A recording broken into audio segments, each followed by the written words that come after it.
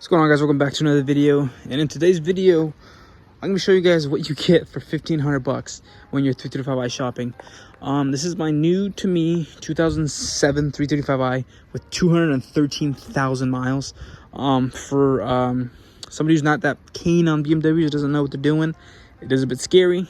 For me, it's whatever. I'm pretty sure I have an engine here that I'm going to put in it. I want to do manual swap, things like that. So for me, when I buy a car, I look for the cheapest shell in the best condition. So obviously, it's not a shell, but you know, you get the last couple cars I bought, quarter pan damage. I'm tired of fixing quarter panels, so I was looking for the cleanest shell I can get, run and drive. I can drive it around for a little bit without having to do anything too crazy and have a car. So I stumbled upon this car and got lucky, and we got this thing for 1,500 bucks. So it is a 2007 335, like I said, with 213,000 miles, E90. We did the coupe last time. I was looking for an E90 this time. And yeah, I mean, the outside is really clean. No dings or dents. I got a little ding there. But besides that, everything on this thing is really nice. Like, the paint looks good in the rain, but it really is really good paint. I got a clean front end here. I got a really clean front end. Headlights can use a little polish, nothing big. I got a big scrape here. I might try to probably leave that, to be honest. I'll probably do M Sport. Black grills, I think they're just plastic dipped, and then another clean front end there. I do have these dinky wheels. I think they're all-wheel drive wheels. I don't know where they came from, to be honest, but they're horrendous. But for 1,500 bucks, can't complain. And yeah, this thing is actually in really good mechanical. No, sorry, not mechanical. Really good physical condition, which is weird for me because the last couple of cars I've bought have been pretty clapped on the body. Like the 328 I just had, the same color. I just sold it to my brother-in-law. He had 2 quarter pan damage. I got the thing 500 bucks. That was a sweet car, but it's just not the same car, obviously. So for 1,500 bucks, let me tell you what you get. You get a 335i, pretty cool. You get a clean title, 213,000 miles. You definitely need front and rear shocks. You need thrust rod bushings. You might need the lower control arms. The brakes aren't vibrating, but you probably need to do those sooner than later. You have turbo whine, so it sounds like it's howling when you're revving it. And obviously oil pan leak, valve cover leak, oil filter housing leak, no oil cooler because it's 2007. And that is actually it, thankfully. This does have a new radiator water pump, but what you have is an issue where you have BSD connection faults, so it's not communicating, so it is warming up quicker than it should, and it's not cooling the way it should. And for you guys that know have the issue, it's just something along the lines that it has to be able to communicate with the oil level sensor, the water pump, the thermostat, I believe, or just the alternator, and it's a communication line. So if something has an issue, it stops communicating and it starts running funny. So that's the issue with this car. So that's why I got it so cheap, because the lady claimed that it was warming up, which it is. The oil temp is kind of going up and down faster than it should be. Not overheating, so you're not getting a coolant light or limp mode, but it is getting warmer a bit quicker.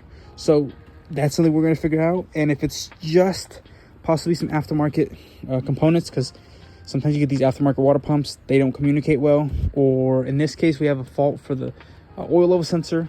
Again, I'm going to check the wiring, check the sensor. I have both. I have the sensor, I don't have the wire. I have wires, but we'll check that. If it's not that, we'll check the new aftermarket water pump, which could be throwing the fault, and then we'll get this thing figured out. So I'm pretty excited. Real quick, the goal, probably looking at this thinking, okay, why would you buy this? 1,500 bucks, we get that, but why are you buying this? I really want a M Sport 2010 335i N54 manual. Are they expensive? Yes. Are they hard to find? Yes. Do I like building cars? Yes. So I figured I would either get something cheap enough to where I can build it for the other car for cheaper, because remember, I know it's hard to explain. I have a lot of parts already, but all I need really is the bumpers, the headlights, which I know how to get those cheap, and the trunk and the front end. So trunk, rear end, front end, manual. That's all I need to do to get this the car I want it to be, essentially. And I'll kind of point you guys how I'm going to do this cheaper than I think. I think I can get this done for like $5,000 or less, depending on what we do around here. So yeah, it'd be sweet if I can get it, because I really want a 2010 335i manual, M Sport LCI, and I just figured I'd get a 2007 and build it. So yeah, let me get inside this thing and show you guys what the interior looks like. All right, it's a rainy day, unfortunately, but you know, figure we'll record in the car, and you get some less wind noise, I guess. So here's the inside. Pretty clean, no tears on the leather. custom wrap job. It's not a bad condition car. I'm actually kind of blown back because the last $1,500 335i I got was actually my silver one, which turned into my orange one. So you guys remember, you know, my infamous orange one, the one I just built recently, and that one was $1,500. But that one needed a lot of maintenance. It literally needed everything. It needed a transmission for sure because it wouldn't even drive without going to you know, like trans fail safe. A water pump because I didn't make it home either, and a lot of different little things. So that car, I bought it at 180,000 miles, pretty high, but for $1,500 for a coupe, I think that still might be technically I can't be a better deal because you need a transmission, and if you're not willing to do it immediately, it's a brick. So yeah, that 335i, scratch that, but that was $1,500. Got it the way it was. It was still sport interior. No, see, I had a quarter panel damage. That thing was that thing was clapped. I don't know what was it. I don't know what I was thinking getting it for $1,500, but I guess I knew what I was thinking because at the end of the day we built it and I only spent like $4 grand in it. So it was a sick car. So this car went at $1,500, but we have no quarter panel damage, no outside body damage, no transmission issues yet. It clunks first to second a little harder than it probably should, but I feel like it does have a tune because it does shift kind of funny. Like two accelerate. It's hard to explain. I think it has a tune. I think the engine has a tune too because this thing wants to pull when I'm barely trying to accelerate. The stock, so it shouldn't be doing that. And yeah, so this is essentially a better deal. 120, 200, like I said, 213,000 miles. Not a big deal for me.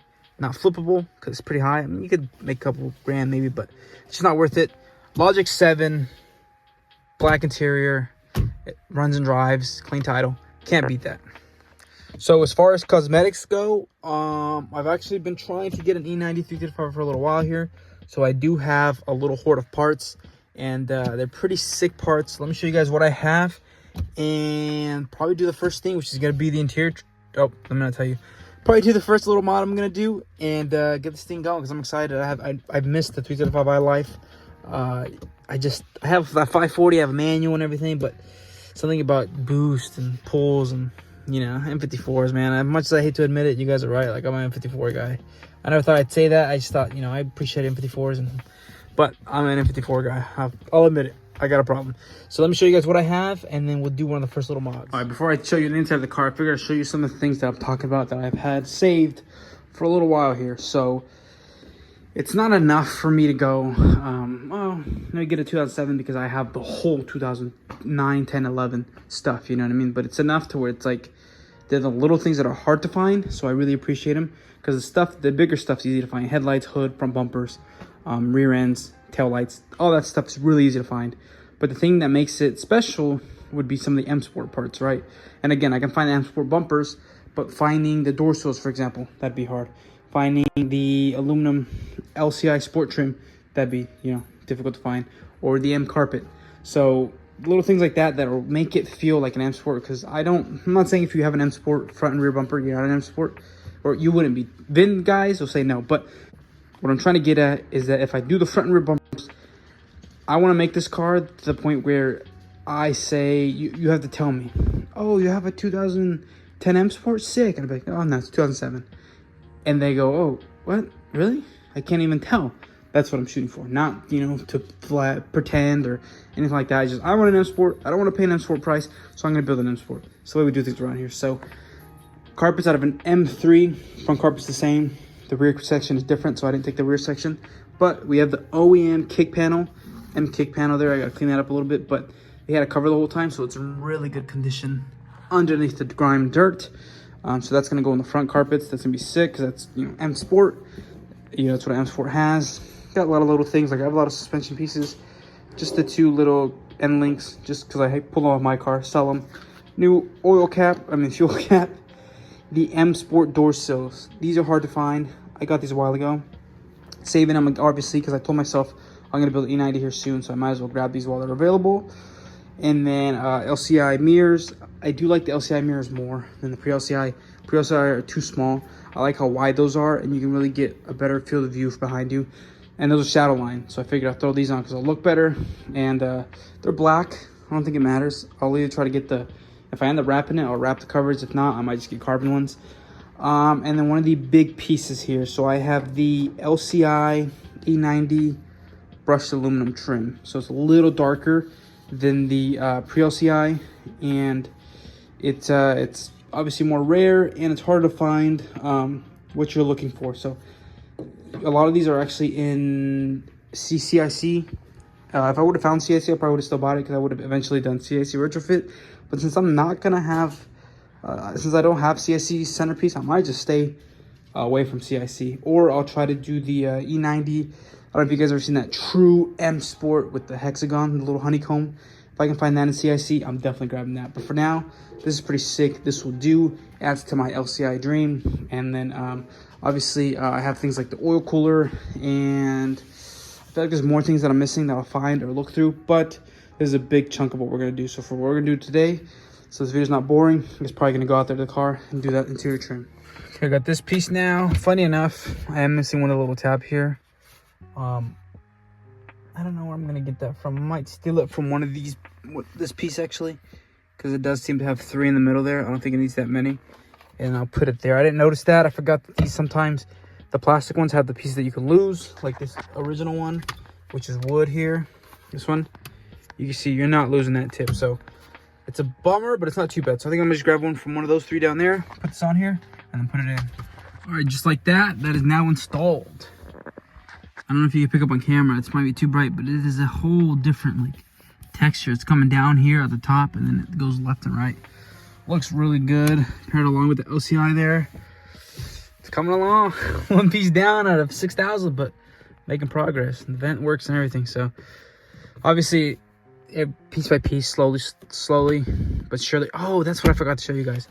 I have, again, this is the point, I have a lot of things that are important but not as important to me, guys. I have M Sport, not M Sport, I have 2011, 2010 Harman Kardon door speakers here. I think that that's a special package, but since I will have the tweeter that's Harman Kardon, I can say I have Harman Kardon, right? That's not fake, right? But it does say Harman Kardon. I did grab that. So again, one of those things to make this car as premium as I can, as cheap as I can for myself, obviously, because like I said, some of you guys might not build a 213,000 mile car. You guys are thinking I'm crazy, but I love doing it, so we're gonna do it. So yeah, now the centerpiece, and then we'll work on this piece. I'm excited to get rid of this piece because I hate this cubby here because it doesn't work, and it's like taped over. And then which I'm not gonna hate on somebody's wrap job. If somebody was trying to wrap this, all power to you. I just am not the biggest fan. And this center cup thing here too, it's kind of popping out, so we would get that all sorted out and get our new center trim in.